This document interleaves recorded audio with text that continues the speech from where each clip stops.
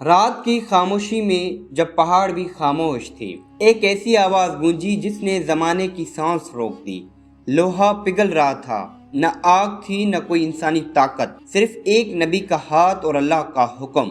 آخر یہ کیسا معجزہ تھا؟ لوہا کیسے نرم ہوا؟ اس کے پیچھے کیا راز چھپا تھا؟ اور اس معجزے نے دنیا کی تاریخ کیسے بدل دی؟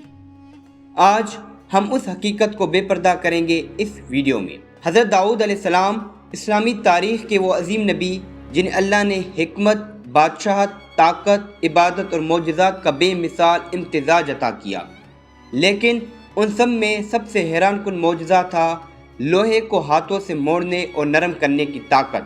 قرآن کریم میں اللہ تعالیٰ فرماتا ہے، یعنی اور ہم نے ان کے لیے لوہا نرم کر دیا۔ یہ محض جسمانی طاقت نہیں تھی، یہ ایک الہامی معجزہ تھا، ایک آسمانی راز تھا جس نے بنی اسرائیل کی تقدیر بدل دی۔ رات کا پرسکون منظر، آسمان پر ہلکی ہلکی روشنی اور یروشلم کی وادیوں میں ایک عجیب سی خاموشی، ایسی خاموشی جو کسی بڑے واقعے کا پیغام دیتی ہے۔ اسی سرزمین پر ایک نوجوان اپنی قوم کے درمیان کھڑا ہے، کہیں عاجزی، کہیں وقار، کہیں روحانیت، اور چہرے پر وہ نور جو صرف نبیوں کو عطا کیا گیا۔ یہ ہے حضرت داؤد علیہ السلام۔ اس وقت ایک نوجوان، ایک سپاہی، ایک عبادت گزار، لیکن اللہ کی تقدیر میں ان کے لیے کچھ اور لکھا تھا، بہت بڑا، بہت عظیم اور بہت فیصلہ کن۔ تاریخ گواہ ہے کہ کچھ لوگ دنیا کو اپنی طاقت سے نہیں بلکہ اپنے کردار، اپنی سچائی اور اپنے ایمان سے فتح کرتے ہیں۔ حضرت داؤد علیہ السلام انہی مقدس ہستیوں میں سے ایک تھی۔ بنی اسرائیل اس زمانے میں ایک کمزور قوم تھی، ان کے دشمن طاقتور تھے، ان کا نظام بکھرا ہوا تھا، ان کے دلوں میں خوف تھا، اور ان کے دل ایک نہیں تھے جو ایک قوم کو زندہ رکھتی۔ لیکن اللہ اس قوم کی قسمت بدلنے کے لیے ایک نوجوان منتخب کیا۔ اس وقت داؤد علیہ السلام چراغوں میں شمار ہوتے، راتوں کو عبادت کرتے، دن میں محنت کرتے، اور ان کے دل ہمیشہ اللہ کی یاد میں رہتے۔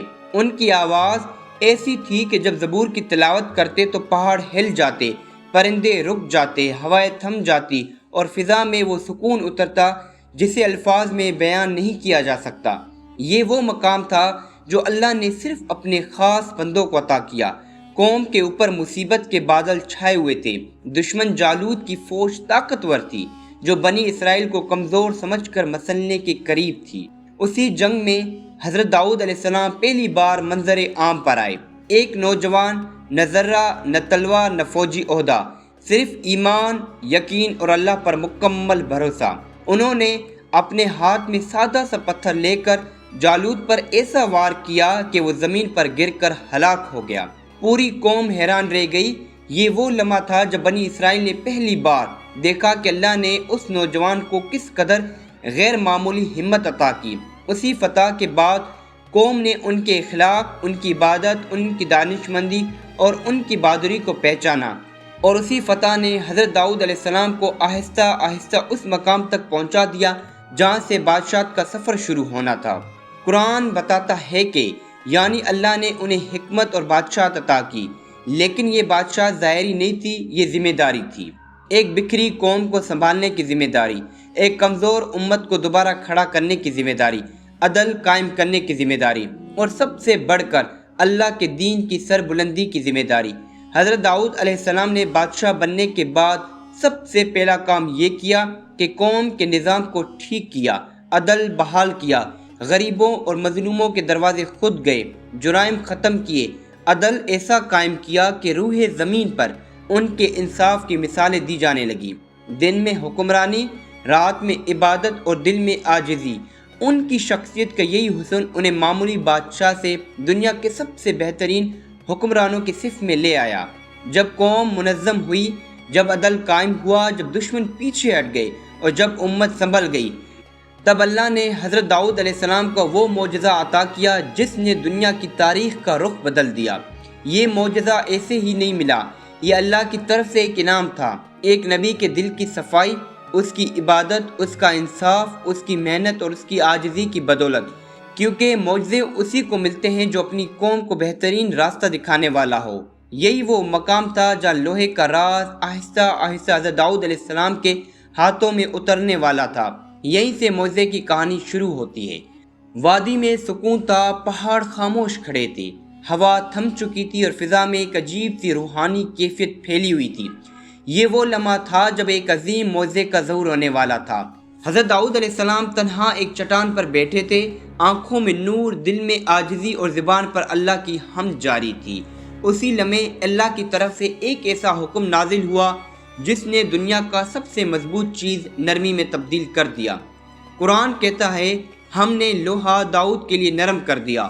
لوہا جو پہاڑوں سے بھی سخت سمجھا جاتا تھا، لوہا جو انسان کے لیے سب سے مشکل تھا کہ اسے شکل دے سکے، لیکن جب داؤد علیہ السلام اسے ہاتھ میں لیتے تو وہ ایسے نرم پڑ جاتا جیسے کسی نے آگ کی تپش اس کے اندر بھر دی ہو۔ کسی لوہے کو پگھلانے والی آگ نہیں، کسی ہتھوڑے کی زور نہیں، صرف اللہ کا معجزہ اور داؤد علیہ السلام کا چھونا۔ لوگ حیرت سے یہ منظر دیکھتے، ان کی آنکھوں میں خوف بھی ہوتا اور ایمان کی چمک بھی۔ داؤد علیہ السلام نرمی سے لوہے کو موڑتے اور چند لمحوں میں ایک چھوٹا ٹکڑا تیار ہو جاتی، ایسا چھوٹا ٹکڑا جو اس زمانے کے سب ہتھیاروں سے زیادہ مضبوط تھا، ایسا ہتھیار جو دشمن کے وار کو چیر کر رکھ دیتا۔ لوہے کی نرمی محض طاقت نہیں تھی، یہ ایک پیغام تھا کہ اللہ جسے چاہے جو چاہے عطا کر دیتا ہے۔ داؤد علیہ السلام نہ صرف لوہے کو نرم کرتے تھے بلکہ اسے بہترین شکل دینے کا ہنر بھی رکھتے تھے۔ وہ جنگی لباس بناتے، مضبوط ذرے تیار کرتی اور ہتھیاروں کی ساخت میں ایسا مہارت دکھاتے جو اس زمانے میں کسی کے پاس نہیں تھی۔ یہ صرف معجزہ نہیں تھا، یہ علم بھی تھا، حکمت بھی تھی اور اللہ کی دی ہوئی مہارت کا کمال تھا۔ یہاں ایک سوال پیدا ہوتا ہے، کیا یہ صرف لوہے کو ہاتھ سے نرم کرنے کی طاقت تھی یا اس کے پیچھے کوئی گہری روحانی حقیقت تھی؟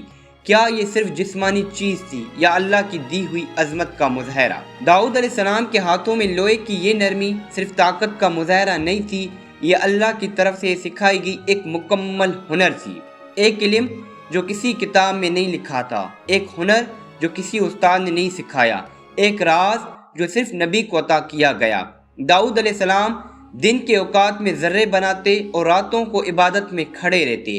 ان کے ہنر میں اللہ کا خوف شامل تھا، اسی لیے جو چیز ان کے ہاتھوں سے نکلتی وہ کبھی عام نہیں رہتی۔ وہ سب حیران تھے کہ ایک نبی جو بادشاہ بھی تھا، جس کے پاس طاقت بھی تھی، جس کے پاس اللہ کا معجزہ بھی تھا، وہ پھر بھی اپنے ہاتھوں سے کام کرتا۔ داؤد علیہ السلام نے اپنی امت کو عمل کا درس دیا۔ وہ کہتے، جو شخص اپنے ہاتھوں کی کمائی سے کھاتا ہے وہ اللہ کے قریب ہے۔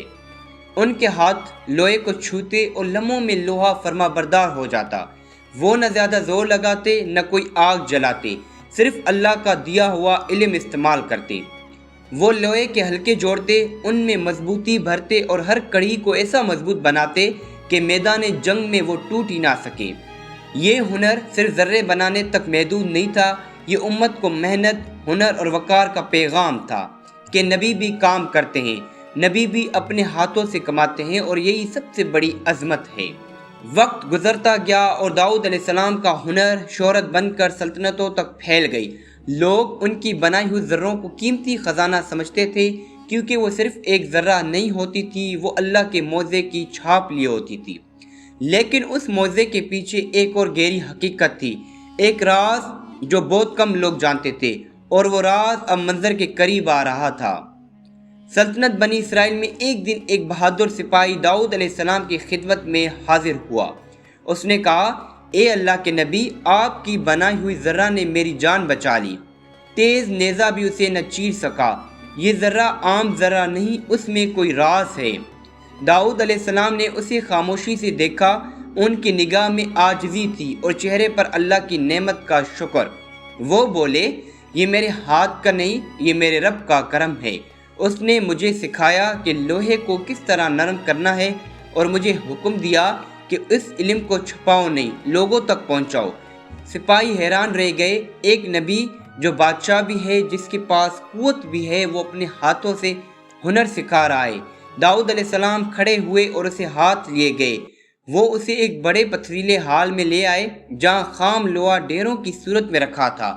انہوں نے ایک لوہے کا ٹکڑا اٹھایا، وہ بھاری تھا اور سخت بھی تھا اور عام ہاتھ اسے موڑ تک نہیں سکتے تھے، لیکن داؤد علیہ السلام کے ہاتھوں میں وہ لمحوں میں نرم موم بن گیا۔ سپاہی کی آنکھیں کھل گئی، اس نے پہلی بار دیکھا کہ معجزہ کیا ہوتا ہے اور اللہ کی عطا کیسی ہوتی ہے۔